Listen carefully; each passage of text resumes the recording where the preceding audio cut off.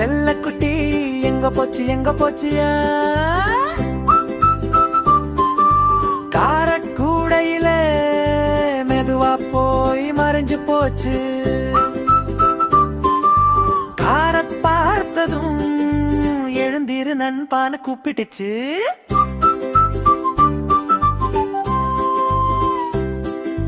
தொக்கோலி குட்டி வைத்ததும் குதிச்சு குதிச்சு சிரிச்சிச்சு. பாப்பா எல்லாம் கை தட்டி ஆட ஆட சிரிச்சிச்சு. அம்மா வந்து கொஞ்சினதும் செல்லக்குட்டி ஹாப்பியானுச்சு.